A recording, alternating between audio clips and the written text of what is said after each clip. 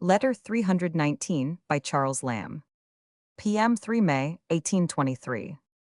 Dear Sir, I am vexed to be 2 letters in your debt, but I have been quite out of the vein lately.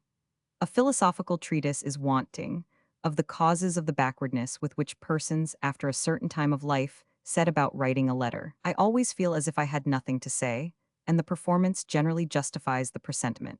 Taylor and Hesse did foolishly in not admitting the sonnet. Surely it might have followed the BB. I agree with you in thinking Boring's paper better than the former. I will inquire about my letter to the old gentleman, but I expect it to go in, after those to the young gent are completed. I do not exactly see why the goose and little goslings should emblematize a Quaker poet that has no children. But after all, perhaps it is a pelican. The mean teckle a parson around it I cannot decipher. The songster of the night pouring out her effusions amid a silent meeting of Madge owlets would be at least intelligible. A full pause here comes upon me, as if I had not a word more left. I will shake my brain. Once, twice, nothing comes up. George Fox recommends waiting on these occasions. I wait. Nothing comes. G. Fox, that sets me off again. I have finished the journal and 400 more pages of the doctrinals, which I picked up for 7s. 6d. If I get on at this rate, the society will be in danger of having 2 Quaker poets to patronize. I am at Dalston now, but if, when I go back to Cov. Gar, I find thy friend has not called for the journal, thee must put me in a way of sending it, and if it should happen that the lender of it, having that volume, has not the other, I shall be most happy in his accepting the doctrinals, which I shall read but once certainly. It is not a splendid copy, but perfect, save a leaf of index. I cannot but think the London drags heavily. I miss Janus, and oh how it misses Hazlitt. Proctor too is affronted, as Janus has been with their abominable curtailment of his things, some meddling editor or other, or phantom of one, for neither he nor Janus know their busy friend.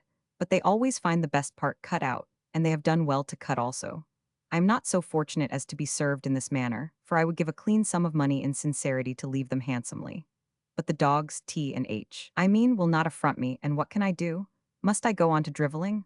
Poor relations is tolerable, but where shall I get another subject, or who shall deliver me from the body of this death? I assure you it teases me more than it used to please me. Ch. Lloyd has published a sort of Quaker poem, he tells me, and that he has ordered me a copy, but I have not got it. Have you seen it? I must leave a little wafer space, which brings me to an apology for a conclusion.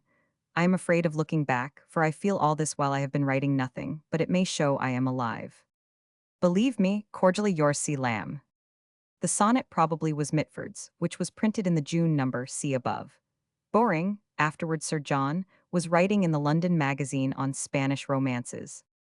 The goose and little goslings, possibly the design upon the seal of Barton's last letter. Janus, the first mention of Thomas Griffith's Wainwright C. note below, who sometimes wrote in the London over the pseudonym Janus Weathercock. John Taylor, Hood, and perhaps John Hamilton Reynolds made up the magazine for press. In the May number, in addition to Lamb's Poor Relations, were contributions from De Quincey, Hartley Coleridge, Carey, and Barton, but it was not what it had been. Lloyd's Quaker poem would probably be one of those in his poems, 1823, which contains some of his most interesting work.